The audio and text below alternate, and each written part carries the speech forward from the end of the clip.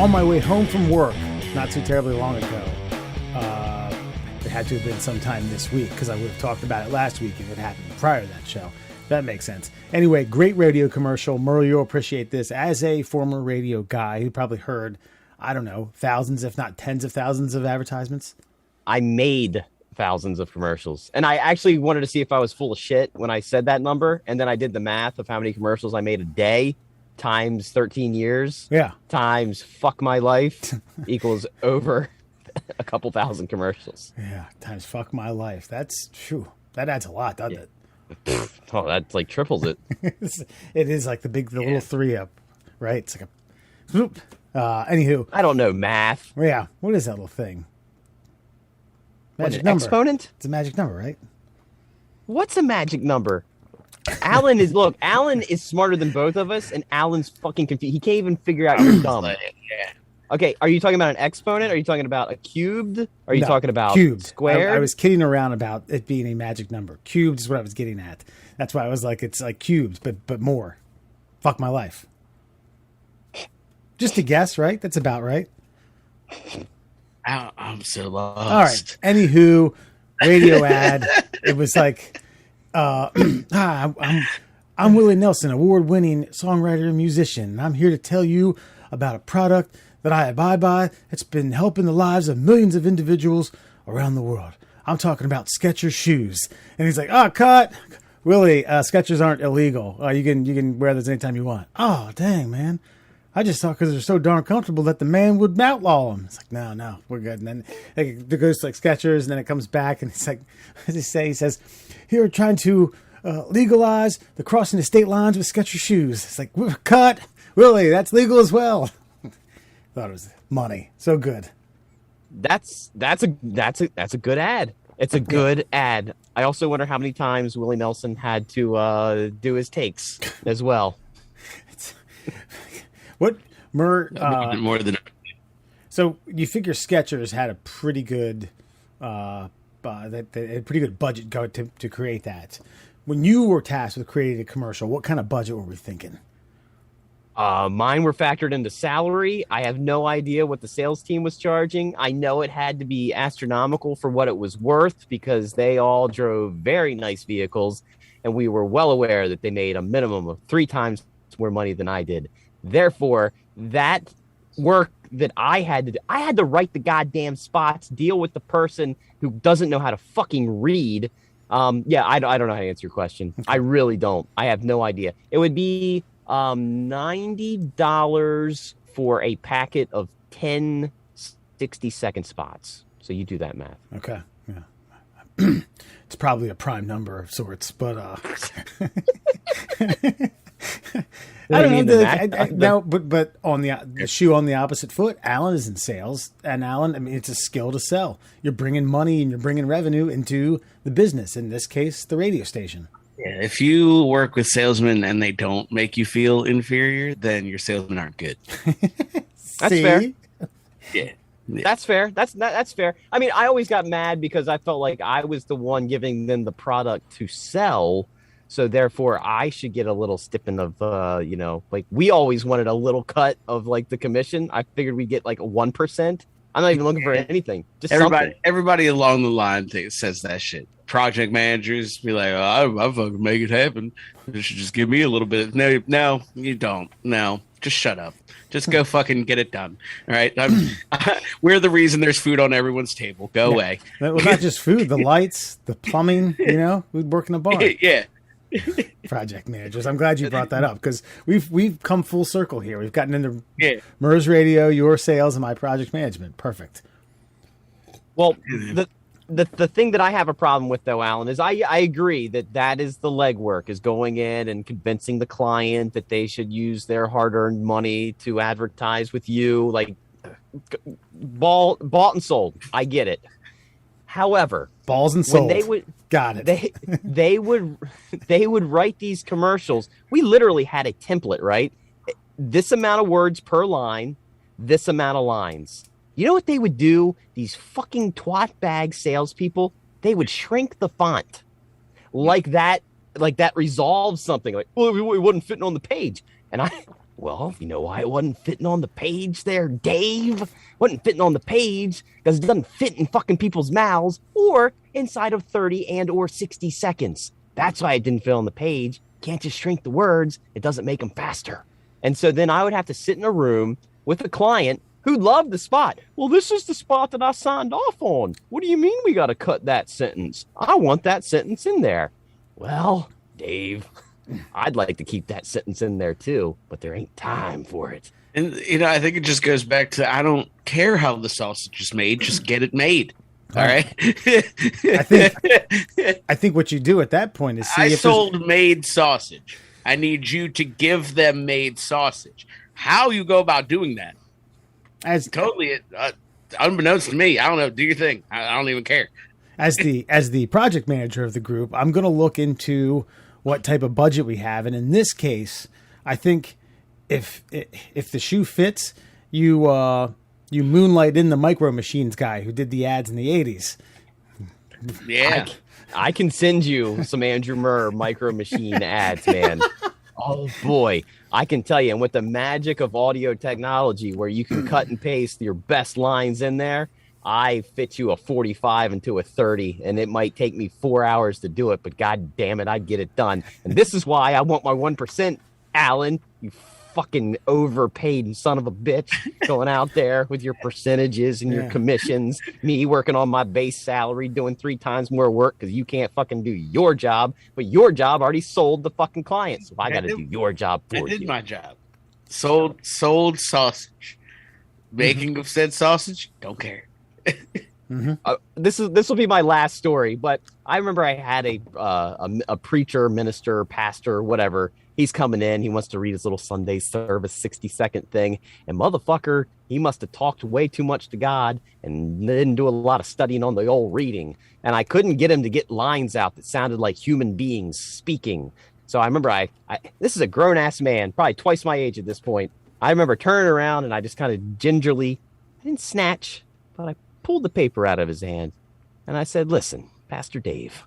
Everybody's name's Dave today. Pastor Dave. We're not going to read this. And he's like, really? Why's that? I was like, because you wrote it. You know what it says. So I just want you to say what's on the paper. Well, how will I know what's on the paper unless I read it? Because I'm going to read it, and then you're going to say what I just said. And we did that for 45 minutes. And 45 minutes later, we got 30 seconds of usable audio. Beautiful. Yeah. It's rough. Yes, it is. That sounds like money well spent, or sold. I don't know. Depending on how you look at it. Yeah, I mean, if it only took you 45 minutes, I definitely sold at least 4 hours worth of time. Yeah. Yeah. He gave you sausage, and you made filet. Look at you. Goddamn chef. I always sold sausage. That's all we needed. You sold fucking fillets. I love it. He didn't give me sausage. He gave me a bag of raw meat and a couple jars of spice. I think he threw some intestine in the room, was like, Didn't even tell me what to do with it. Just said a bunch of noises and said, good luck. Any garnishes? But it became sausage. Well, that's really what matters. Middle class holes, everyone. PM Foxman, salesman Alan, and former radio disc jockey Murr. Murr, are you pissed that there's the rumor mill has it that Juul's maybe getting swiped off the old sales racks? Dude, I don't know if pissed is the right word. Yeah, okay, pissed might be the right word. Here's the thing. They don't pull cigarettes off the goddamn shelves. And these are the motherfuckers who targeted kids for like 60 plus, maybe more. I don't know. When did advertising start? Because that's when they started advertising cigarettes to kids. And then all of a sudden in the late 80s, they're like, oh, well, I guess we can't do that anymore. I mean, Joe Camel was a stuffed animal you could get out of an arcade machine with a fucking claw at Ocean City all the way up until I graduated high school. Yeah. So, and now all of a sudden, like Juul's like, hey guys, we got a smoking alternative. Yeah, but they taste too good. Okay, we haven't even put a commercial on TV. Well, how is that our problem? And now the FDA is talking about pulling Juul's unanimously across the board without warning because kids picked up the Juul pods and started puffing on them a few years ago. And is what, some sort of like vendetta against a well-manufactured vape product? They're going to take them out of my hands. The Juul stopped me from smoking. I can go in the other room in my house right now. I sound like Mayor Quimby from The Simpsons. And I can run 2 miles on my treadmill without getting winded. And that's thanks to the Juul. Yeah, I think, come to think about it, when you sent me that today, was it today or yesterday? Maybe it was last night.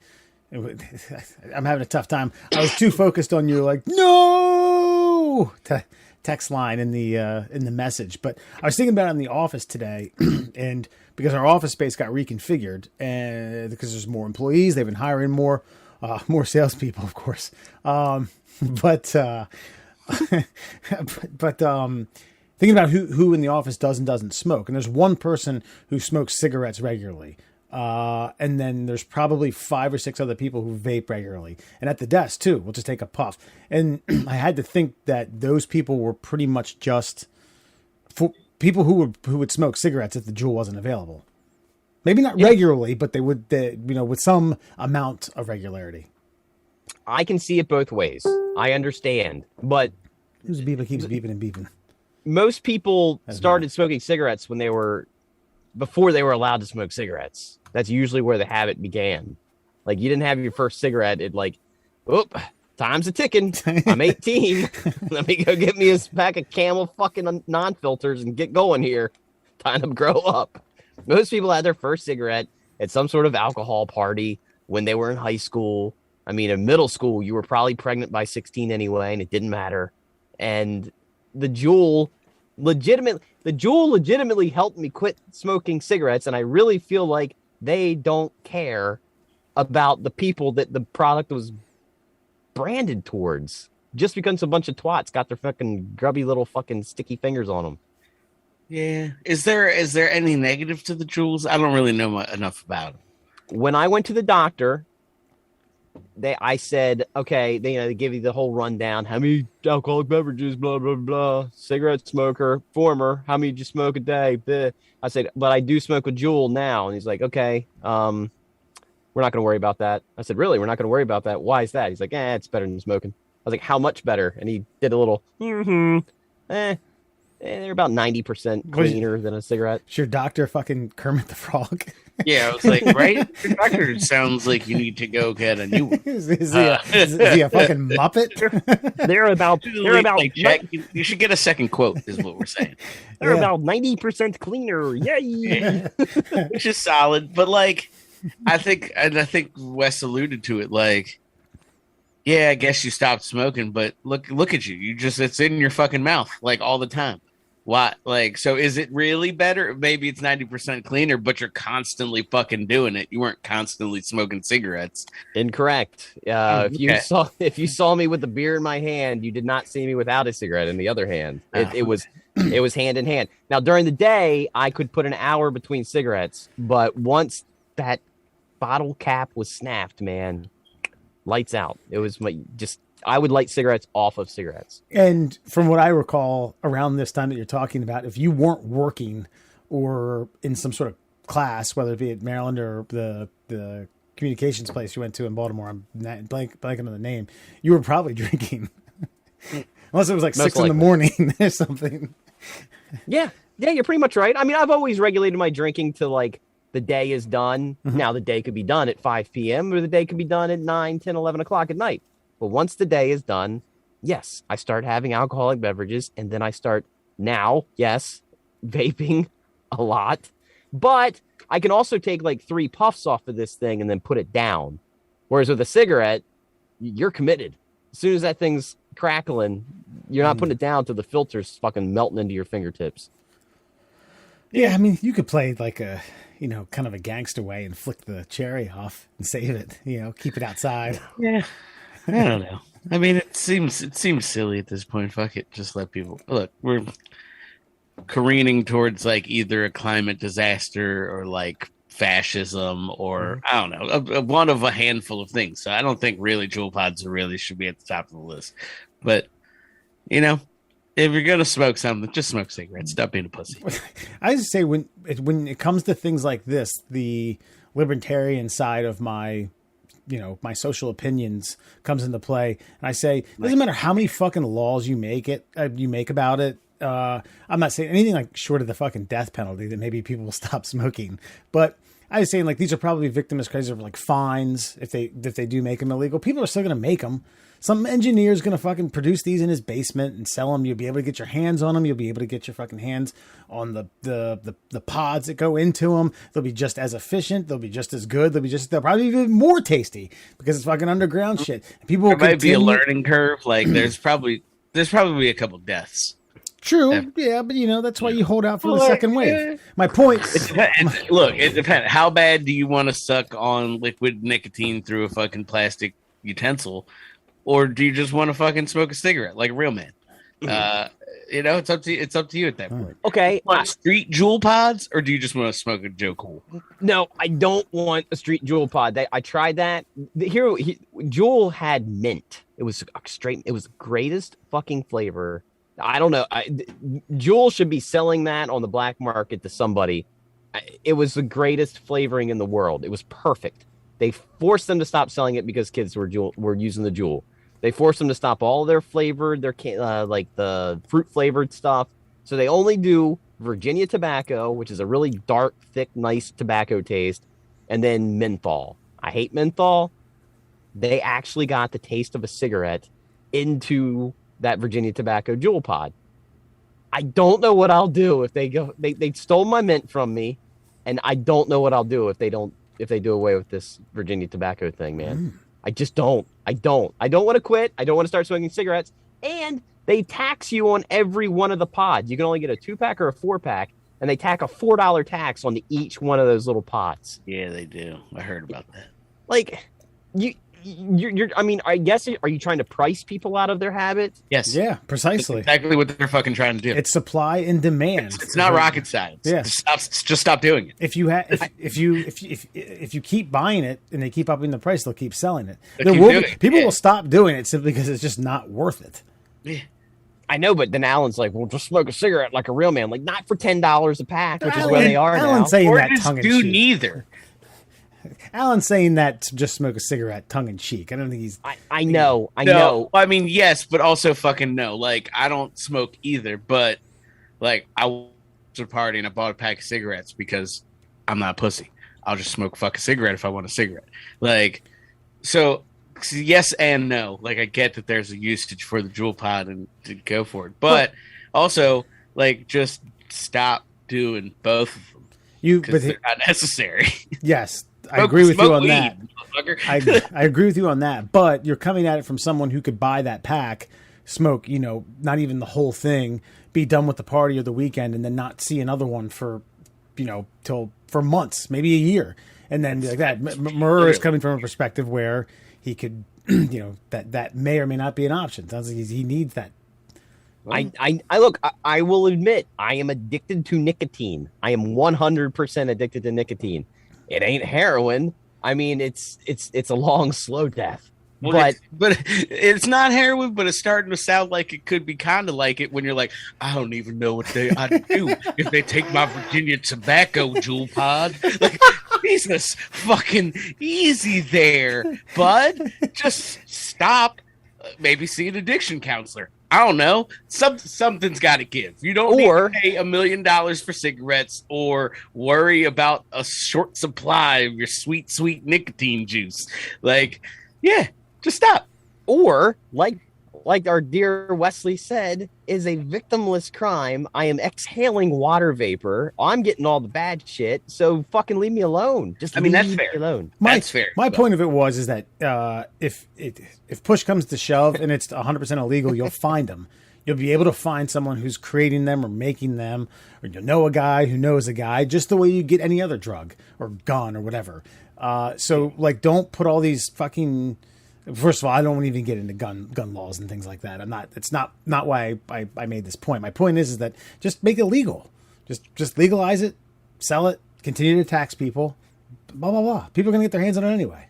Just stop putting this morality on this one thing that you got your hands on because they don't have enough lobbyists in Washington fucking D.C. Because my point is if you're going to ban the Juul, then you should be ripping cigarettes off the shelves as well. if we're that concerned about people's safety and health and the children's, if we're worried about the children's, we'll get rid of everything, not just this. They're going after them because they skirted some loopholes and they were able to continue to sell when the government, Philip Morris and RJ Reynolds tried to shut down Juul like 4 or 5 years ago. I think they even bought one of their competitors and part of their stock and then tried to shut them down. And they failed. And now they're going to use their buddies in high places to get rid of it.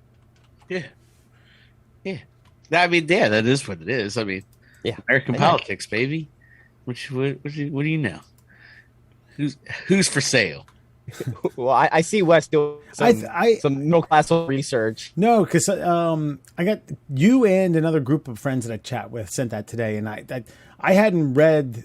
I read yours. I didn't read theirs, and they were saying that it was all nicotine. Maybe I missed. Maybe they misread that. I didn't read that link. They were commenting on it after it was posted. They were cigarettes. That's for sure. This was specifically the FDA shutting down Juul, possibly like today. How about a heads up, Holmes? You know, you want these people to like go through. You want to make an addict like just jump ship to a whole nother worse product. Tell them that you're taking away all their shit right like now. Heroin. I don't know. Hey, what did you I'll buy? do. Hey, did you buy some new Juul pods today? Yeah. Are they in your car? Yeah. Check again. No. Like, you want to talk about the amount of panic? You think I didn't go panic buy a whole bunch of fucking Juul pods before the day was done? Jesus. I think you should have done that. Then I think you should have invested some stock in like Marlboro or some other cigarette company. Maybe Dip as well. Maybe, just to hedge your bets. I'm going the opposite way with it. I'm saying that I care for you, Murr, and that if you speak to a mental health professional already, you might want to be like, hey, I can't kick this thing, and I probably should. Yeah. Yeah. Who's your? They might be like, hey, yeah, we'll help you out with that. Who's your shrink, Miss Piggy? It's Philip Morris. There you go. Now, I thought about moving on to the mints. I did that in the past, but they gave me the farts, like something awful. Or go just like, if you're gonna tobacco product it, at least just fucking like go full balls to the wall. Just go fucking long cut fucking like skull and just fucking fat lippers or something. You know what I mean? Some with a little street cred, a little plastic fucking thing. Yeah, like a lady. I've thought about poor Wes. I can see what he's doing. I'm out of focus, man. I'm pissed I off. saw him go out of focus, and I was like, "What's happening?" Okay, now like Wes, I'm still there. Hold on, wait. Well, I know. I'm gonna Wes talk for just a string so people can see your camera real quick. Okay, yeah. This is damn it. I thought that Miss Piggy joke was pretty good. Now, let me tell you something, Wes. You feel those feelings you feel inside your belly and your tummy and your brain right now? Yeah. That's what I felt when they told me my Juul pods were going away. I felt like my whole life was going out of focus. And the click of a link. I feel like the co-host. That's a good ad, too. I don't know, man. This is one thing I wanted to bring up. Remember when NASCAR was the Winston Cup? Yeah. You know, a fucking major. Do they still make Winstons though? Yeah, damn it. This is bothering the living fuck out of me. They still, God damn it. I'm so sorry. I'm so sorry that this is happening to you. It's so much fun for me and Alan, only because we know. Because your face is as red as Alan's shirt. It looks right like now, you're too. live streaming from a fucking like Nokia fucking like 7200. I was really happy with this shirt, and then I couldn't read it, and I was like, God, fuck, I'm out of focus. So I'm that big of a narcissist looking at myself in this little small thing above the screen. Yeah. Wait, so did you fuck up your own focus, or is it? Yeah, because I moved in really hard. I moved the mic because I was trying to like do something with it. We're not going to have a segment about me being out of fucking focus. Fuck this. I'll go. I don't here. know, man. Hold on. I know we're gonna have a whole show about it. Let's All right, do it. there we go. That's how this is gonna be for a hot minute. Just a tiny little fox picture. There he is. See, it worked. No, but it was the Winston Cup, and then what was the minor league was Busch, the Busch series forever. Which I thought still exists. Is it not the Busch series anymore? I'm not sure. You would think that smoking and driving would be much safer than drinking and driving. No, it's like It's like the Xfinity series or some shit. Yeah, they've done away You're with right. all the Xfinity series. Well, yeah. I mean, I feel like the Bush series held out a little longer. It did. Like it was. It would. Yeah, because drinking. Yeah, that makes sense. That's a good point. Do they still make Winston's? I think think you go so. to some shitholes, you could find them. Probably the Moose Lodge or something like that. In one of those Definitely a fucking Moose Lodge. one of those pool machines. They even Definitely make that those. one in Hagerstown. Do they make those anymore? There was a couple in Frostburg, right? The pull levered tobacco I thought machines. there was. I thought there was one in LBs? I thought there was one in like the bar at the Frostburg Inn and shit. You know what I mean? Yeah, like yeah. where else would there be one? I remember when cigarettes were like just under $4, like $3.75. The Gracetown Inn, Wes, they had a cigarette vending machine, so that keep it whole was $4 a pack, and then it was no promises. So they had to hit the buzzer behind the bar, but it was real dodgy. It would work or it wouldn't work. Roll the dice. So you put your money in. It was like. It'd be like, I'm pushing the button. No promises. Ka-kink. And then I just remember pulling it one time and nothing came out. And it's like, fuck. And it's like, told you, no promises. And I slapped the side of it and the pack came out. It was like, ode to joy just went off in the bar. Quality. I'm gonna Quality smoke. work. I'm gonna smoke too. Good. They had one at the Rendezvous. I don't know if you remember that. It's before it became like in the transitional stage when it went from rhythm and or R&B, R&B late night honky tonk place to more of like kind of younger club, younger hipper. But it was between where the bar and the dining room were separated. And as a teenage boy who worked in the kitchen there for like 3 or 4 years, I frequently had friends ask me to buy them for them, and I would always do it for like an extra $1 or an extra $2 or something like that. And they just. It's not that they turned a blind eye. You definitely had to be a little sneaky about when your 15 or 16-year-old self was going to buy cigarettes at a bar. But there's just no way that someone doesn't see you. And they're always kind of like, oh, man, fuck.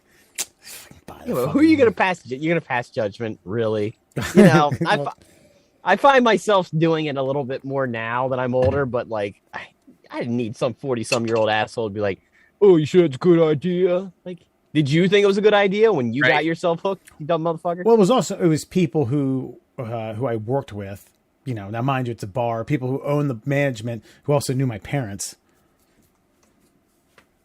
Now, none of them tattletale, I guess, because it's past tense on me, but there was always that kind of threat, which always pissed me off. What was the oldest you were when you bought someone booze? That was underage. Someone booze that was underage. It was probably like either mid to late 20s. Okay.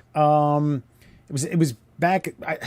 I was either living in Delaware or I was living down here, but I was visiting Perryville, and I bought some at that one on Route 40. And these kids said, "Hey, Mister, can you buy some beer?" And I said, "Hey, with the they pulled the Hey, Mister," and I was like, "Damn, you got some balls, okay." And I was like, can we get 2 cases of beer? It's like, any beer? Yeah, anything. 2 30-packs if our money flies. Like, I was like, how much money do you have?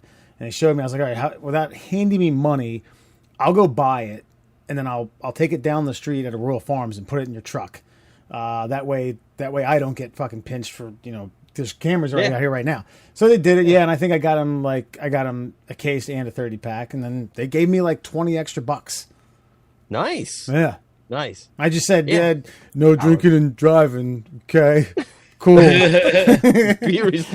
Like me, be responsible. Drink responsible.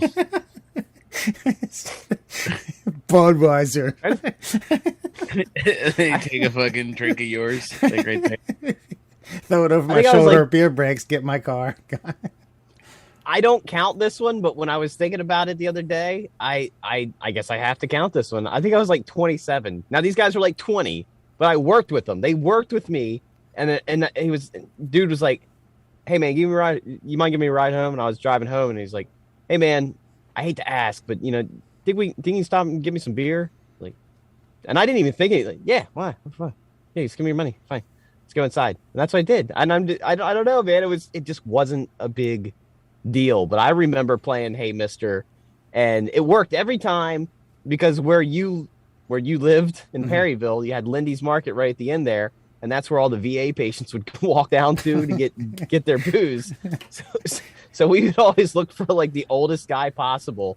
And I saw this old guy sitting on the curb. I was like, "Hey, mister, you buy us a couple 30 packs?" It's like, "You give me a ride home?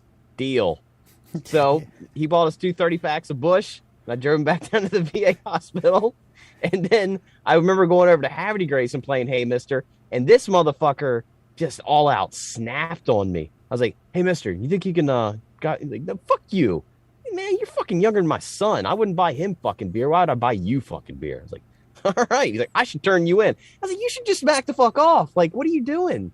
But I guess I do get it now. Yeah. Maybe. Yeah. Rock him. Rock that trick. Hey, and Alan, just to give you some context of what he's talking about, from the VA to the place that he used to hang out to apprehend VA patients who are coming to buy alcohol for themselves. For a patient to walk from point A to point B is about 2 miles. Yeah. It's not like it's down to the street. No, that's fair. Like, yeah, if I was the old guy, I'd be like, "Fuck that! I'm not trying to walk back. Well, I'll get you some beer, little guy." Yes, it's very commendable. Very commendable what Murr and his friends were doing to take these people back 2 miles. I'm talking more about the alcohol addiction it is to walk 2 miles to go get beer. Yeah, no. I'm just trying to help our veterans. I don't know what your problem is. I was gonna say the government has abandoned our veterans. You know, you gotta treat them right when they're in your local community. Most of those guys were Vietnam around that point. Vietnam vets. Yeah. I mean, there still are especially Vietnam vets, bro. Those guys went through it. I mean, not that other war vets did not, but they went through it. Yeah.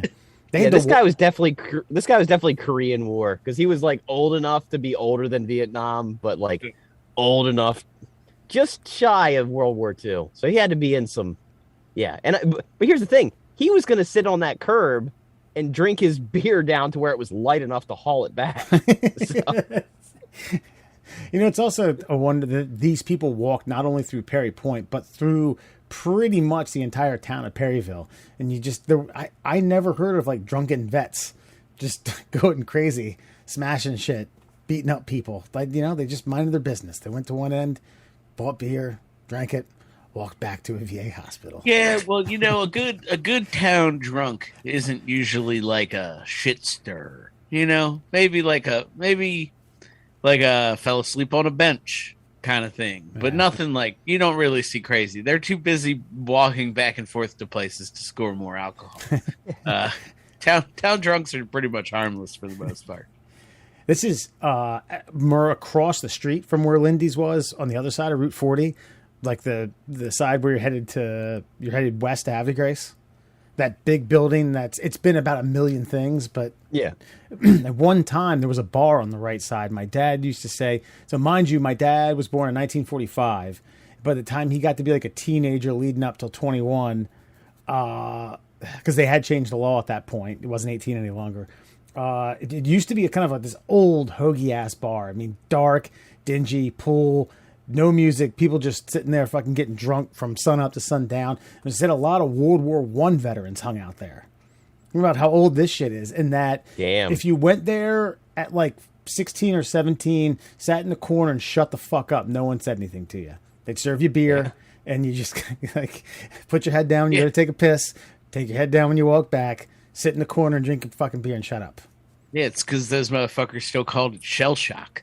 They're just sitting there fucking all fucked up watching dudes gagged to death in trenches. World War I was brutal. And there was a time where if you were minding your own goddamn business and you were only poisoning yourself, nobody gave two shits about it. Yeah. That's when America was great. That's true. There's a certain je ne sais quoi about an American Legion or like a fucking Dewey Loman. You know, it was just a lot of crushed spirit and $1.25 natty lights. They erect those places and build them, and I swear they like roll on some fucking see-through synthetic smell that's just labeled American Legion in a mop bucket, and they splash it in there and they wipe it all over the place because they all smell the same and it's slightly fucking stale. Yeah, it's slightly stale and it smells like I don't know, like if you know, like if you get like brand new whatever it is, some sort of rubberized product and it's fresh out of the plastic, it's whatever that smell is. Yeah, and it seems to be universal across the board. That's like the fucking creed of becoming a member of the American Legion.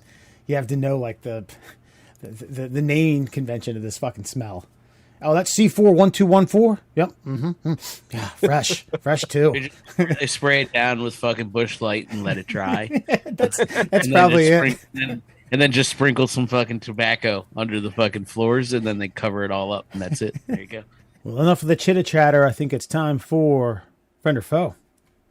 Let's go, friend or foe. And tonight we've got a nice celebrity friend or foe for you. Charlie Sheen is blaming his ex-wife Denise Richards after their elder daughter Sammy Sheen has joined OnlyFans.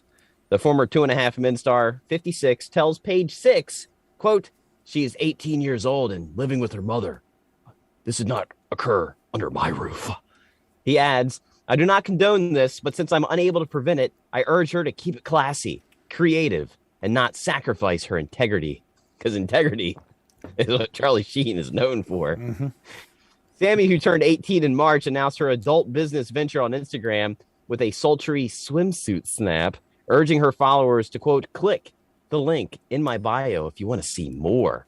Now, as for the news, Denise Richards told us exclusively, "Sammy is 18 and this decision wasn't based on whose house she lives in. All I can do as a parent is guide her and trust her judgment. But she makes her own decisions." So, friend or foe, if you are a self-professed crack smoker who contracted HIV, do you have the right to tell your 18-year-old daughter what she should or should not do on the internet? Friend, of course, you're the parent. You should parent even if you're a bad parent. Or foe, no, your life decisions have put you in a place where your judgment is pointless. Wes? That's Alan gave a. I want to hear his thoughts. Okay, all right. No, I mean, I friend it. I mean, I agree. You gotta you have the right to be like, "Hey, fruit of my loins, please don't do that," or "bad idea." But the child also reserves the right to be like, "Fuck you, cokehead." Like, meh. You know what I mean? So it's kind of two birds, one stone. Shit in one hand, wish in the other. Whatever euphemism we want to use here. Like, no, fucking. You could absolutely tell your daughter, "Don't do that. Don't be showing your titties on the internet," and she could be like, "Fuck you, Dad. Check it out." And I think both things can exist. That's perfectly fine. Okay. Yeah, I have a hard time qualifying both of these in any respect because actually I think what she's doing, given the circumstances and the very low bar, this is actually more admirable. Wes? Well, I seem to. I mean, I'm thinking like a lawyer situation here. Not that this requires a lawyer or warrants any type of court case, but think about this. Sheen said, and I noticed this, she's 18 years old now and living with her mother. This did not occur under my roof. Okay? You remember that quote. This story came out in June 13, 2022. She turned 18 in March. Maybe this didn't happen under your roof because she was underage. She couldn't. You're a moron. And she turned 18. Yeah, she couldn't specifically do it. Doesn't mean she wasn't showing her titties online. It just means she wasn't making money doing it. Certainly, and she couldn't get on OnlyFans legally anyway at 17 under your roof. It has nothing to do with your parenting or your overprotective dad skills. Maybe it didn't happen under your roof, Charlie Sheen, because she or the courts decided that maybe living with her mother was probably a smarter decision. I don't know. Maybe just look in the mirror before you talk shit, Charlie Sheen. And then also, but a mirror on the wall, not on your coffee table. They're very different uses. He likes to look down. Gravity helps out a little bit.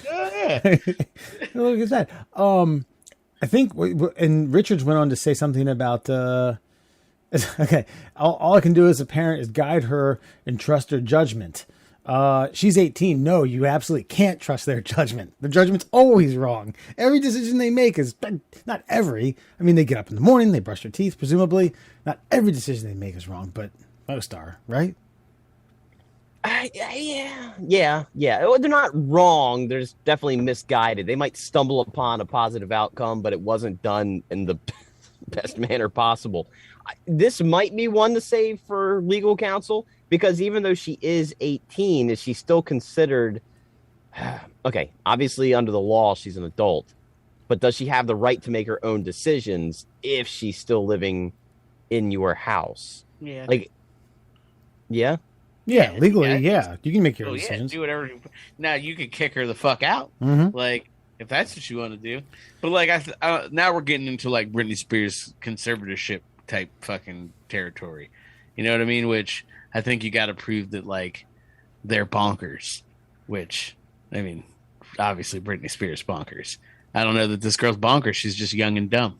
Yeah. And what she posted it's a fucking bikini picture. Yeah. Well, I mean, you got to click her bio. You got to click man. the bio, bud. Yeah. And you got to subscribe. Yeah. And look, she's not even, as far as women on the internet go in the year 2022, she's not at the upper echelon. She just happens to be Charlie Sheen's daughter. Yeah, I was going to say, the picture I'm looking at, she's in the pool and it's from the waist up with her arms across her midriff. If I were Mom Dukes, Denise Richards, I'd make her watch Wild Things and be like, you got a long way to go. Yeah. You got a long way to go, sister. You want to make some money with those tatas? Let me show you how it's done. That's how it's done. Get Kevin Bacon in the motherfucker. Like, I'm looking at her Instagram now, and, you know, I'd rather see fucking 50-year-old Denise Richards. Yeah.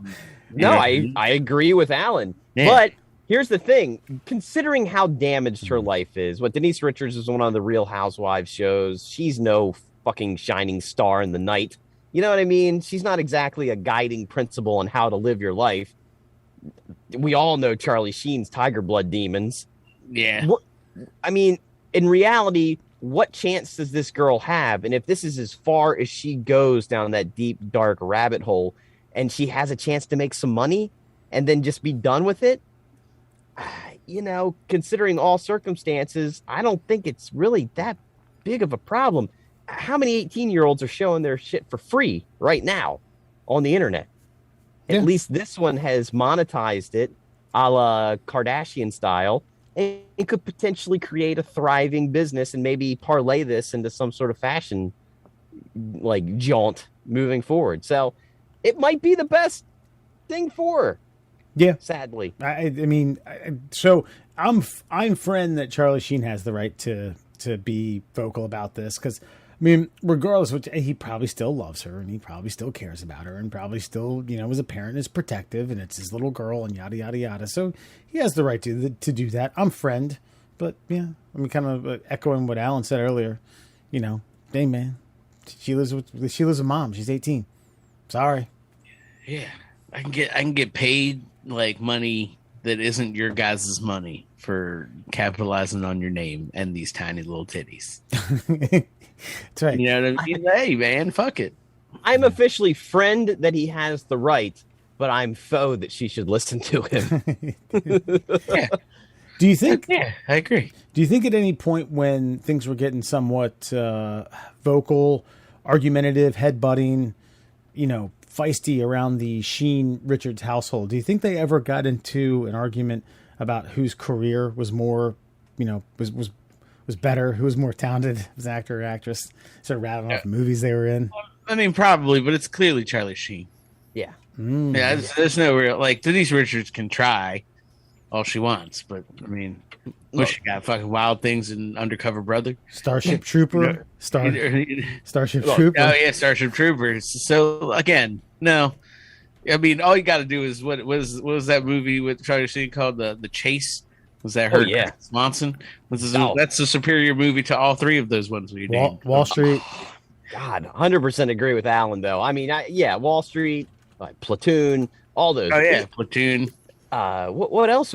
He was in a ton. Everything. Ooh. Yeah. He was in a movie with his. Well, I don't want to like bury the joke here. The Hot Shot series. Oh, yeah. One and two. One and two.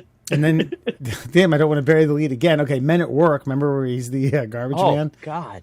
Yeah, it's great. Well, Young Guns. Video. Young Guns. he wasn't young. He was in one. He got killed in one. Wasn't in two. Just keep that in mind. What else? I mean, yeah. There's already a handful of better movies than the 3 that we named for Denise Richards. All right. Well, then Major League. Oh yeah, he was Rick Vaughn. I mean, sure. And Major League too, if you want to count it. But He basically created an entire franchise out of a single show and 2.5 Men that went completely south when he left. yeah, that's true. Let me see here. What do we got here? Well, what I was going to say was, because I don't want to bury the lead, do you think Emilio ever kicked in the door? It's like, I'm more talented. I'm more talented than both of you. No, because everybody knows that Emilio is more talented than both of them. Yeah. Emilio Estevez is the most talented actor to never get a chance.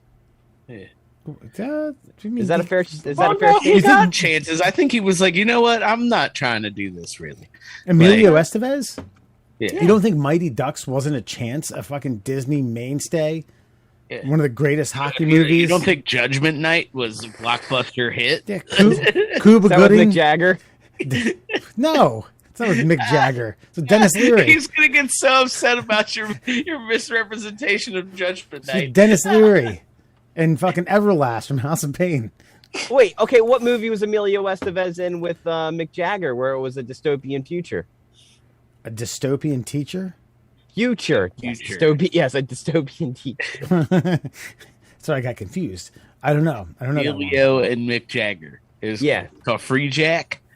Free Jack, because he was an F1 race car driver and he was pulled from his body at the moment of the crash and zapped to the future for some fucking unknown reason. And I can't remember how that movie goes, but I know that's generally how it goes. He was free jacked. Wow. He was jacked. Oh yeah, he was snatched. People would snatch people snatch people from the press just prior to the moment of their deaths to use as substitute bodies. This sounds fucking terrible. It went. That sounds. I'm shocked. I've never heard of this because this is right in my wheelhouse of shit. This is movies. your It really is. And I feel like a history teacher that got stumped by his fucking student while giving a lecture. You should phone up the last Blockbuster and see if they can mail you a VHS copy of this bad. I'm sure. Free Jack. Good Lord. It comes on the heels of Mighty Ducks too, so you can't help but think that a producer was like, "Hey man." I just love the fucking cover. So I'm looking at the cover, and it's Emilio, Mick Jagger, and Anthony Hopkins, which is like the strangest trio of people to be on a movie cover, I think, ever. Anthony Hopkins. Lord, that's My point with Emilio is he never got like that. Like Charlie got all the roles that Emilio should have gotten, like the serious roles that Emilio could have actually thrived in, but Charlie was the heartthrob.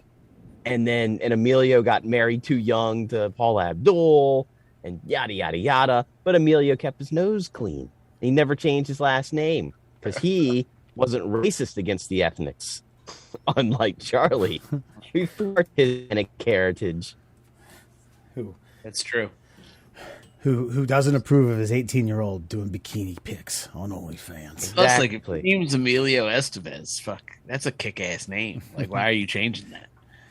Was it- Agreed. What was Charlie's Estevez name? Do we know? Carlos. Carlos. Was it Carlos Estevez? Yeah, Yeah. That's less cool. What was Martin's? I'm not Martin. Martin Estevez. That's kind of dope, actually. Carlos is whack. He sounds like Yeah. a paint. He sounds like a drywall specialist. So I get changing Charlie Sheen. That makes some sense. That's fair. He mops the walls of Dewey Lomans to make him smell like Dewey Lomans. He squirts aged keg beer on the walls.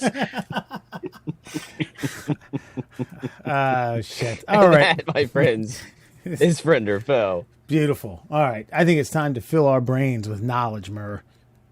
FFF. I 100% agree. It is officially time for fun Fact Friday, brought to you, of course, by the Shin Splints Recovery Group. If you have some pain below the knee and above the ankle and you need some like-minded morons to justify your ailment, head on over to Facebook and find yourself the International Shin Splint Specialists, the Shin Splints Recovery Group. OMG Facts. Let's get to it, my friends. It is Fun Fact Friday. Did you know a former Nike designer and a former podiatrist have created a shoe to save the feet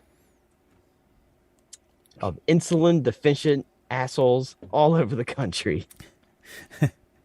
I did know that because I sent you that article, but I didn't know it until I read about it a couple of days ago. Yeah, these things are, I mean, there's something. They look like fucking, I was about to say Emilio Estevez. They look like Marty McFly fucking boots in Back to the Future too. Yeah, they look like yeah, go ahead. They look like Ortho Jordans. That's what they look like. Yeah. And they look like the Jordans that someone in Demolition Man would have worn. I'm going to give the people... if they had Jordans in Demolition Man. Gonna give you all a look at these puppies. It's not even a boot. It's like a fucking whole leg, bro. Called the Defender. Goes up to the knee on someone who's of course. Presumably, but like, I don't know, mid-5. But my point is, okay, I get it. These are Gen 1. There's going to be a couple iterations of these. These are the betas. Before things get better. And hey, look, they're talking, I mean, the numbers are astounding. What do they say? 80,000 potential foot amputations a year because the leading cause of amputations amongst diabetics are ulcers, and these are going to help it out. I mean, yeah, I'd wear clown shoes fucking on both feet if it was going to save one of them. It's 365 days a year. So congrats to these guys, but come on, man, it's 2022. Couldn't you? I also really love that this is necessary because fucking America is like, Americans go to the doctor and the doctor's like, hey, stop being a fat garbage person and eating like a fucking toddler. And Americans are like, well, I mean, could you just give me some fucking space Jordans so that my feet don't fall off and I can keep smashing double quarter pounders? And like the doctors were like, yeah, I guess, whatever. Fuck it. America. Well, that was the America part of that is that there were a couple of guys like, they ain't gonna stop. Let's just make them some shoes, and we'll make a shit ton of money off of them. Yeah, dude. And insurance will buy them for us. They're like, just stop exclusively drinking fucking cherry Pepsis, and they were like, nope. This is like, nope. Give me a Jordan like Velcro shoe to save my fucking leg, please. This is like, okay, the fact that a former Nike engineer and a podiatrist, presumably, pretty well known, maybe not, I don't know this guy from Adam, but get together and create a shoe that's going to save diabetics' feet is like an 18-year-old going on OnlyFans. This is their version of it. I'm selling out. I'm leaving the game.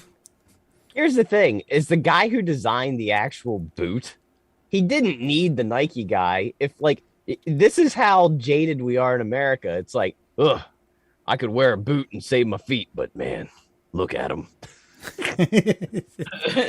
If they don't look like what Mike wore during the flu game, fuck it, chop it off.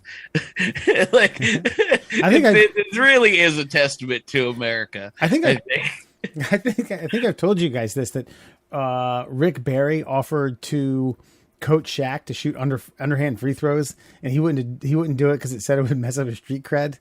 Rick Barry's like, I guarantee you I can make this guy like at least a 70% free throw shooter. He's like, nah, man, I can't do that. That shit looks corny as hell. I mean, that's fair, bro. Street cred's everything. Really, I mean, if you think about it, he could have been as bad as a free throw shooter as he was. He could have been an all-time lead scorer. If he ups that percentage by fucking as many as he shot. That's true, but I mean, you're talking about a first ballot Hall of Famer who couldn't make a standing, unguarded basket as a professional. So, in a way, think about as Shaq ages and moves on, he will continually be mocked for not making free throws, but he will also be shown for ripping basketball goals to the ground from the ceiling. So is what you're getting at is diabetics should wear regular shoes and look cool. I'm saying they're not going to suck it up, so this is a necessary evil. The thing is, Homeboy didn't need the Nike guy to get involved. Just stop making shoes that look like fucking a clown vomited in a bowling alley. Like, just stop doing that. It's not hard. They credited there's an hour-long presentation. I'm not saying I watched all 60 minutes of it, but I skipped around and I watched the majority. And they credited Kanye for the design because of his Yeezys and how crazy, stupid, ugly they are. Basically, I'm paraphrasing here. They were basically saying, like, American fashion, I mean, as long as you tell people it's cool, these have some benefits. And so they said if people are willing to wear this piece of garbage, they'll be willing to wear this to save their fucking legs. I don't know. Yeah, that's true. It's not even branded yet. Like, wait till somebody throws a brand on that bad boy. Like, wait till you see the fucking like Adidas diabetes fucking Balenciaga drop, and fucking like there's just millennials lined around the fucking the street corner for fucking space boots that keep us from our legs falling off. Like, this is exactly what happened. They were like, guys, millennials are fucking getting diabetes left and right. They're not taking care of themselves. Just start chopping off legs. We got to figure out a solution here. Give them some Jordans. They'll shape right up. Like, the Adidas Beatus has a nice ring to it, by the way. That's why I did it. You like that? Kids are throwing themselves in front of buses. You think they care about their feet? well, maybe. All right, let's get to 5 fun facts that are fun. Can we do that? Sure, yeah. All right. Did you know, while in Youngstown, Ohio, it's against the law to run out of gas? I agree with this law, by the way. That's fair. I mean, yeah, I don't want strangers stopping in my town. Yeah, I'd lock them up. No, I did one. I didn't know that, and two, I don't get the law. I mean, but think why? about Okay. all the manpower and inconvenience that is potential in running out of gas. Like, if you're a cop, gotta get this guy, take him to a gas station, buy a gas can, drive back to his car, fill his car back up, get him to the gas station, make sure he's there without running out of gas again, make sure he's got enough money to fill up his tank. Like, that's a lot for just one officer to have to be inconvenienced with that. Then if you're a stranger, now I've got to have 2 morons stopped on the side of a road. One's got to let a stranger into his vehicle, drive him to a gas station, get him gas, drive him back to it. There's a lot of inconvenience happening when you're the dumb shit who runs your car out of gas, when all you had to do was be a responsible driver and be sure you had enough fuel to keep your giant 4,000-pound fucking death machine off the road, thwarting death. I think you're being nitpicky. I don't know, man. You sell that like you sound like you prepared that at the Youngstown fucking Youngstown town meeting. Sorry, I stumbled over that because I didn't think that was the term of it. Makes sense. Yeah, a couple town commissioners, the mayor, like, no, this shouldn't. Like, yeah, seems right, seems legit. I think this guy's got a point. It's illegal. I mean, and then what's the fine? Like you see those things about smoking in elevators, right? Yeah. Yeah. Fine to not exceed what? $20, $25, $25. $25. I've always wanted to do it. Yeah, it's like same. Yeah, me too. Maybe that's like what it is in Youngstown. It's a slap on the wrist. Like, ha, you idiot. Maybe. I've run out of gas 2 times technically, and I've still made it to the gas station. Yeah. Okay. But I can't say that I was not a road hazard on the way to the gas station. I think I've run out of gas a couple times, but a couple times, like, I think 90% of those times I ran out of gas. Like, so I made it home the night before, and then I went out to start it up, and girl was like, "Whew, nope, there's only fumes in here. You're gonna need to give us some juice to get us to where we gotta go."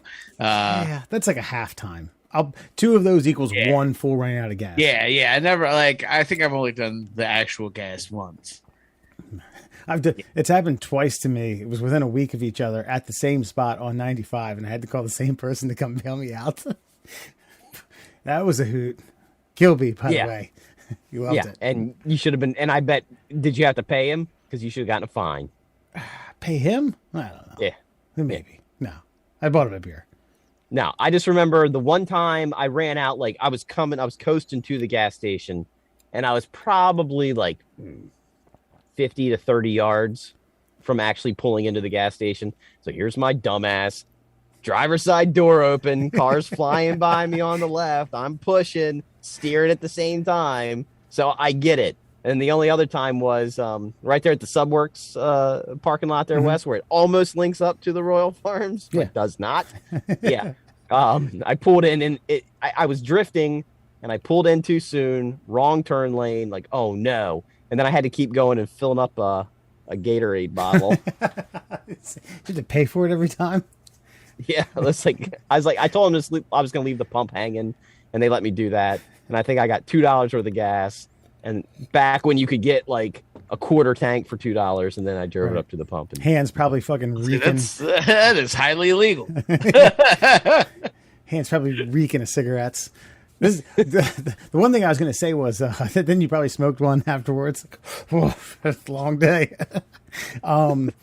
When I got out of college, I was looking for like media production jobs, associate producer at television stations, and I don't remember the website, but it had every ABC, NBC, CBS, Fox affiliate in every city, and I was looking pretty much anywhere, and I was just kept venturing west when I didn't hear anything out, and I got to Youngstown, Ohio, and it was Yanko. He was like, "Oh man, I don't think you want to work in that town, Wes." I've been there. Don't go to Youngstown. I don't care if it's ain't worth it. And if you go, don't run out of gas. That's how you end up one of those local news anchors, fucking like, doing some like exercise routine at 6 a.m. for fucking local news. Like, you don't want to do that. No. I don't know, man. Wes would have been a top 10 weatherman. Yeah, I could see that. I thought for sure you were going to go with like some sort of Richard Simmons fucking exercise act. Nah, dude, I could see you giving a fucking entertaining ass weather report in a Youngstown, Ohio. Or either that, or he's like the sports guy for like the next 45 years. No. Well, here's the thing. He would take sports seriously. He wouldn't take weather seriously because it shouldn't be taken seriously. And he would treat it in a professional, he would give it a professional silliness that it deserves. I mean, I'm with you there. I think it works both ways. Because like I'm thinking of the guy who probably just retired from like WJZ, like old white guy with like crazy hair who covered sports. And it was always like, he was always the caricature. You know what I mean? Like you saw the WJZ thing and there was like the two anchors, like hard hitting news. And then there's like the fucking champ kind with like the football in the background. Like, yeah, like that's Wes to me. You get what I mean? Yeah. Like, yeah, I got you. The plucky comic relief of fucking morning news in Youngstown, Ohio. I'm living Murr's fantasy. I'd be like, all right, it was warm yesterday. You know what that means? Low pressure front coming in. Low pressure front. That means rain, folks. 3 days of rain coming 90% or higher. And when it rains, it pours. Back to the desk. Terrible. Excuse me. Yeah, and every Friday you wear a green suit and you're just a floating head given the weather. Mm-hmm. Hey. That'd be great. Did you know the first college T-shirt was from the University of Michigan? Wow. Is this like Michigan? You had a thing about the Big House last week about it being the largest stadium. It's University of Michigan. Whoever made the daily fact calendars from the University of Michigan. At least that day. Tuesday's their day, and they just flood it with Michigan shit. No. Or maybe Michigan just knows what the fuck's up, okay? And other colleges and universities should step their game up. Yeah. Well, creme de la creme. The first college T-shirt. What was it before that? Fucking sweaters. Probably, actually. But you see what happened, Wes? As there was a low pressure front. It moved out to some high pressure, and they still wanted their fans to represent. Right. Did you know Hawaii moves 4 inches towards Japan every year? Just proving that Japan hasn't given up yet. Damn, four fucking inches. That's all islands? I also think Hawaii's pretty done with us mainlanders at this point. Yeah. Not gonna lie. We spilled like jet fuel into like drinking water recently or some shit. So I think Hawaii's kind of really done with this, guys. 4 inches though. That seems like every now and then when you do like a plate tectonic or some sort of earth shifting thing, 4 inches a year, that's a little on the high side. From what I think remember. so. The tectonic plates move as fast as your fingernails grow. So that makes about, I mean, if you didn't clip your nails all year, you'd probably have a 4-inch fingernail. So that makes sense. Yeah. I wonder when it'll reach. Will it reach, or will Japan just move? Do they move away from each other, or do they move towards each other? That's the other factor. I don't know. The other thing I was going to ask is it all islands, or is one moving faster than the others? Are the islands moving apart? It's 5, but it's 3 main ones. Yeah, I think it's all relative though, because I think they're all expanding at like the same rate. I wonder if eventually, right before the sun consumes us and obliterates us, if like the Hawaiian Islands will actually like join up and become like one big strip of land. Yeah, I think probably eventually. But I think it's more like the islands aren't gonna drift to each other, but like more of the land is going to rise out of the ocean. Or the ocean's gonna drop, one of the two. Either way, not if we listen to the Democrats. I think it's gonna rise and fall, depending on where you are in the world. Like the Democrats. Did you know a snood is a type of hairnet used to protect and shape mustaches? What? No, I need one. Damn, a snood. Yeah, like how big? SNOOD? Correct. Okay.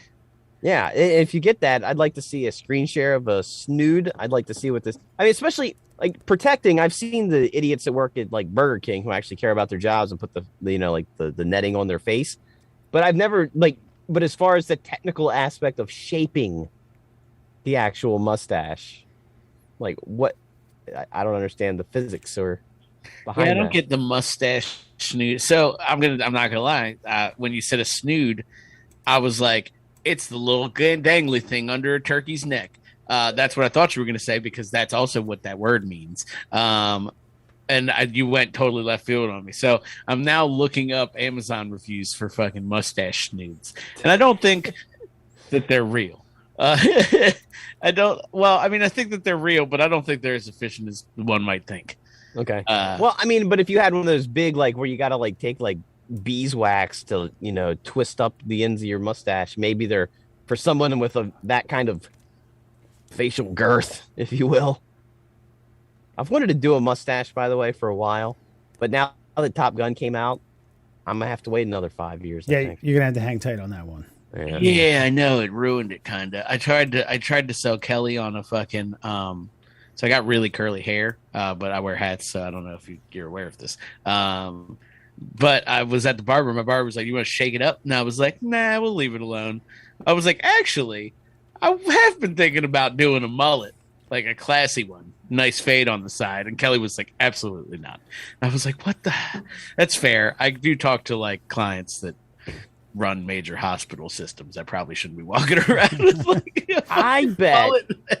I bet like Richard Dean Anderson got away with a mullet back in like the early 90s when he was doing MacGyver. And so did Mel Gibson. So there's a classy mullet out there. And I think you got the hair for it. We were at the O's game and we saw this little kid. He's a little chunky kid. I loved him. I didn't even talk to him. I just saw him in line, and he had the blonde curly fucking mullet with pit viper wraparound shades on. Nice. And it was the coolest fucking like 11-year-old kid I've ever seen in my life. A very dear friend of Sarah's, her daughter I guess she got pissed off that a guy came and picked her up and didn't come in and introduce himself. Just kind of pulled the old like cool guy out front. And I was told that he has a mullet. And I was told that they're making a comeback amongst late teens, and it's not called a mullet. They're going by something else.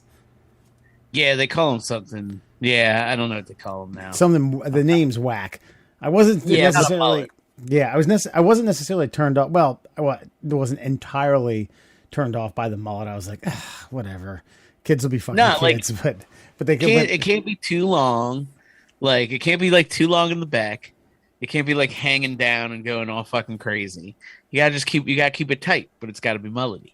Yeah, but the problem is they're going for like shock value, so they're straight up keeping the top, like a regular haircut, and they're just shaving behind the ears right to where the back of the head is, and then they're going straight down. Just like it's side fade and then just fucking. Yeah. It's fucking sick. I kind of like it, like a lot. I've seen a few that I like, but I've seen a few that are just like. Well, no, it is a roll of the dice. That was never cool. I hope you know that, and it's not now cool because it wasn't cool.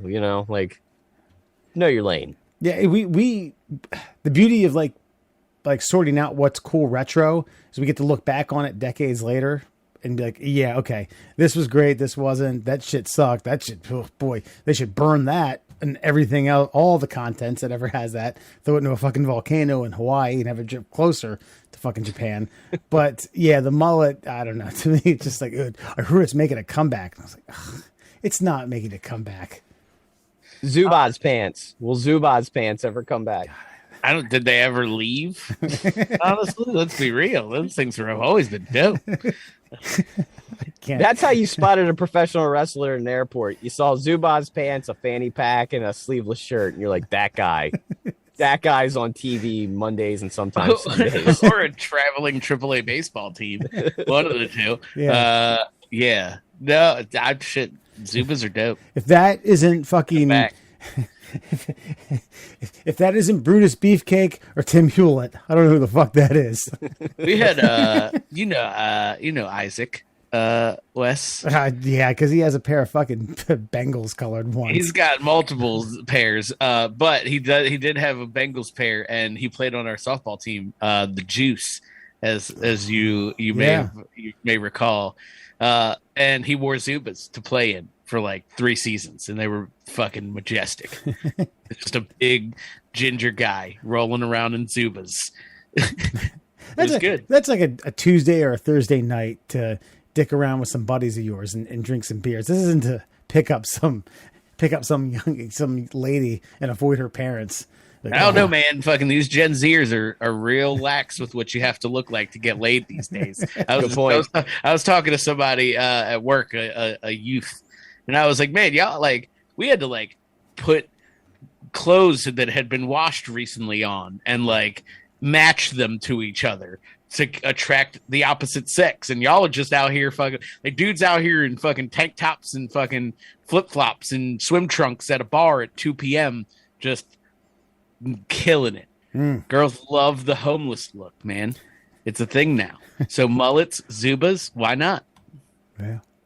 Yeah, fuck yeah, man. America. Fuck yeah. And finally, did you know if 2 pieces of metal touch in space, they get stuck together permanently? Oof. I didn't know that, but I know if you fly through a black hole, it turns into spaghetti. If Greg Louganis were to do it. By the way, I think the TikTok might have flagged that clip. Oh, you kidding?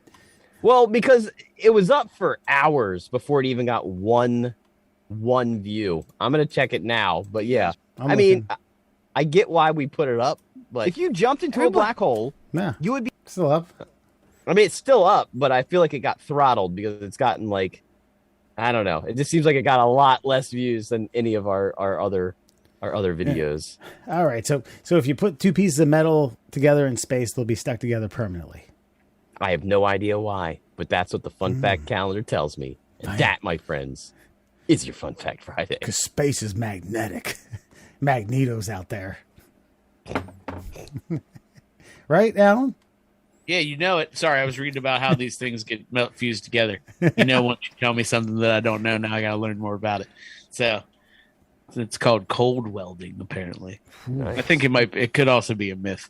So don't know. Don't lean on that.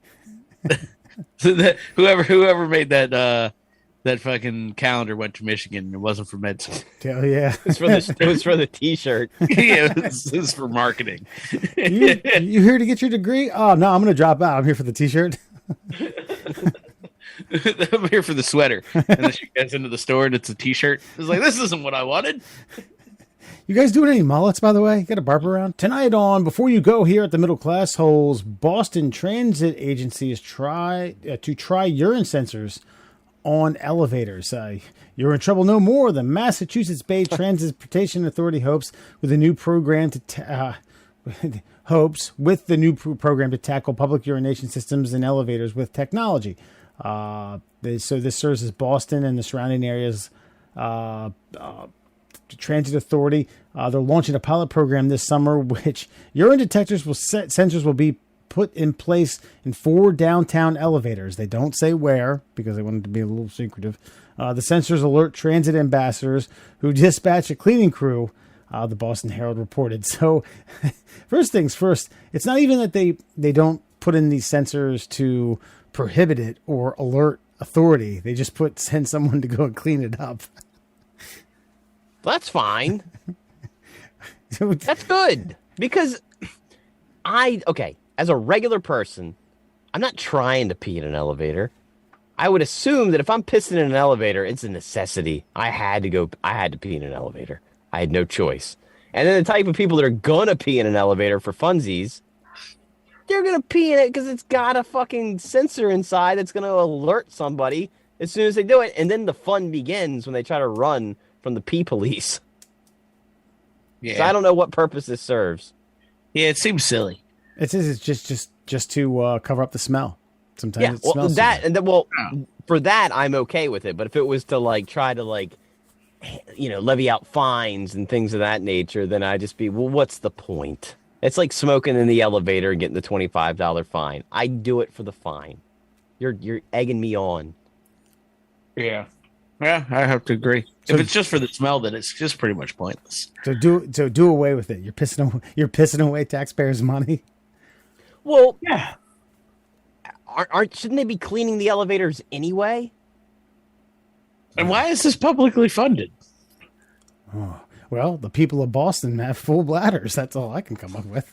Why are taxpayer funds going into putting fucking, scent pods into elevators for fucking homeless pee? Shouldn't cops be doing something about that with that huge fucking budget they have? That's what I was saying, that the sensors don't even alert authority. They don't alert the dick patrol, to come out. So do they alert anyone, or do they literally just spray out a mist? Just as janitorial staff, apparently. Yeah. Here's a better idea. Where does the shaft go? The elevator shaft? Doesn't it just go to a big fucking tank of nothing? And isn't that shaft low enough below the final floor that if you filled it up with piss and that piss dried, that you probably still wouldn't smell it anyway? Or you just have to dump a jug of bleach down there? So why not put a piss hole in an elevator? Well, there's electronics down there. It's bad. I don't think so. I think I'm telling you there are. 100%. Oh, okay. I wasn't asking. I'm 100% telling you there's electronics down there. So probably a bad idea. Yeah, I don't know. This seems like a better way to go about getting this done. Yeah. Or just, put Glade plugins. I feel like that's cheaper than using taxpayer funds. I got the solution. You said there has to be a better way. The laser fucking acts as a weapon, cuts dicks off. That'll stop the pissing in elevators. Yeah, dick laser will do it. Sure will. Dude, dick lasers would do a lot. Yeah, I mean, dick lasers are probably multifunctional. Even if it's just the threat of a dick laser, where it's just a laser pointer, something you fuck with your cat with. If every guy got on an elevator and all of a sudden there was a red dot that shot right to his crotch, you'd be like, all right, no, you're not gonna hold it. Yeah. Okay. If my wife was like, if you dribble on the seat one more time, and there was a laser, I'd be like, oh shit, I might lift the seat up. Yeah. That's a goddamn lie. I'm staunchly against it. So I'd rather get my dick lasered off than lift a goddamn toilet seat. You could even make it one. It could be like Murr with the fucking cigarette machine at Gracetown. Like, no guarantees. Like, it could be like 1 in 10, and guys would be like, oh man, 10%. I don't like those odds. How bad do I gotta pee? I'm gonna go for the parking lot. I don't know though. If it's like a pee after like an evening out or something, you know what I mean? You got a long Uber ride home. You might need to pee in an elevator. Yeah, it is amazing though that it is using public funds to put this thing in there, because we keep hearing about the economy. Gas prices are high. There's a shortage on baby formula. There's a lot of like real problems I feel like we should tackle before we get pee sensors in elevators. Yeah. I mean, the second time, what else were we talking about earlier in this show that I was like, should we be focusing on that? Yeah, Juuls. Juul pods. Yeah. What am I putting in my body? I don't know. Why don't you make it more affordable for me to put nutrition in my body? Yeah, why don't you make it more affordable for me to not die? Yeah. Is that the show? I mean, we can't any higher than that, can we? I think that's about it. That's about right. Sounds yeah. pretty good. Yeah. Are we paying? Wes, tell them where they can find us. No, you can find us at all of our social media platforms at MDL, DL, middle, some sort of combination of MLD, DL, middle classholes. Sometimes it's singular, sometimes it's plural. I bet if you went to any of these platforms and just typed in the middle classholes, we would pop up. Yeah, we do. Because Right. that's how I search for ourselves. But yeah, I've been meaning to do that for weeks, is just find a nice organic spot to put one of you on the spot. It was just Wes this time. So, like my friend Wes said, you can find us on all your favorite social media platforms at MDL Classholes on Instagram and Twitter, The Middle Classholes on Facebook and TikTok. And for your listening pleasure, you can check us out on Spotify, Google Podcasts, and Apple Podcasts. And of course, please email us, even if you send us viruses at this point. I don't fucking care. Send us Nigerian Prince spam if you get it. Like, that'd be cool. But you can send it to Tickle Our Tummies. That's right, tickleourtummies@gmail.com. Yeah. Send it over. Right, and for a reason to email us, next week we're going to be off, but we're going to give you folks the best of the first half of 2022 here at the Middle Classholes. If you have a personal favorite, something you want to hear again, something you were like, damn, them motherfuckers was funny as shit, email us at Tickle Our Tummies or message us some way or another, and we'll be sure to throw it on there. Rest in peace, sad day for the organization, for the Ravens, Jalen Ferguson. And I don't think he was a Hall of Famer, but Super Bowl champion and folk hero here in Baltimore. Tony Saragusa passed away. I don't know, man. Christ, within like 6-7 hours of each other. It just almost like it was like a day that was cursed. Yeah, maybe Goose was upset and just shoveling down some chili cheese dogs, and heart gave out. Look, Goose was a big guy. Yeah. I don't know if he took care of himself afterwards, but it's like, this is gonna sound rude, but I'm not shocked.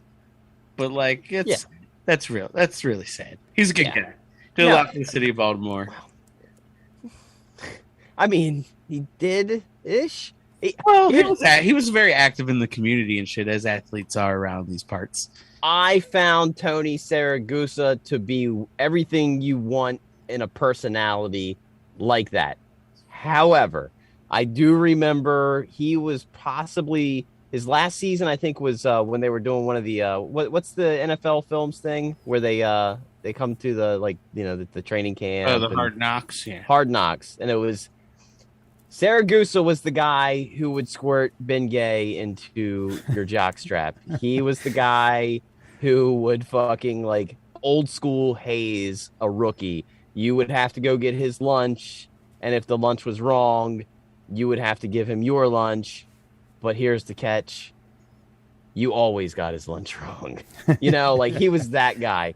But the one thing that I think we have to credit Tony Saragusa with is basically breaking Rich Gannon's sternum on purpose in order to propel us to the Super Bowl. That's big facts. Thank you, Tony Saragusa, for definitely winning us the Super Bowl, because we might have got diced up by Rich Gannon, but we didn't. Well, yeah. Gannon didn't miss the entire game. He missed a chunk of it. He came back, but but it was too late. He could have just tackled him. He opted for 300 pounds of dead weight. He opted for the belly flop, which was solid. That was a solid move. He starred in the fucking Sopranos. He also he did a short-lived radio show, and I don't know if it was like pregame, postgame, or it was focused around Ravens football with Art Donovan. You know what Art Donovan asked him on the first episode? Guy, you're a big guy. How much do you weigh? That was a spot on Art Donovan. I did that before. Donovan was the kind of guy who would like finish a playoff game and go work the docks to offload a couple of fucking, Maersk boats that pulled in. Like, that's the kind of guy Art Donovan was. Oh, yeah. And I have to say that Tony Saragusa also at least attempted to make it cool for guys to wear Depends, because you dribble a little as you get older. Yeah, at 55. Incontinence is not a joke, Murr. We're done here.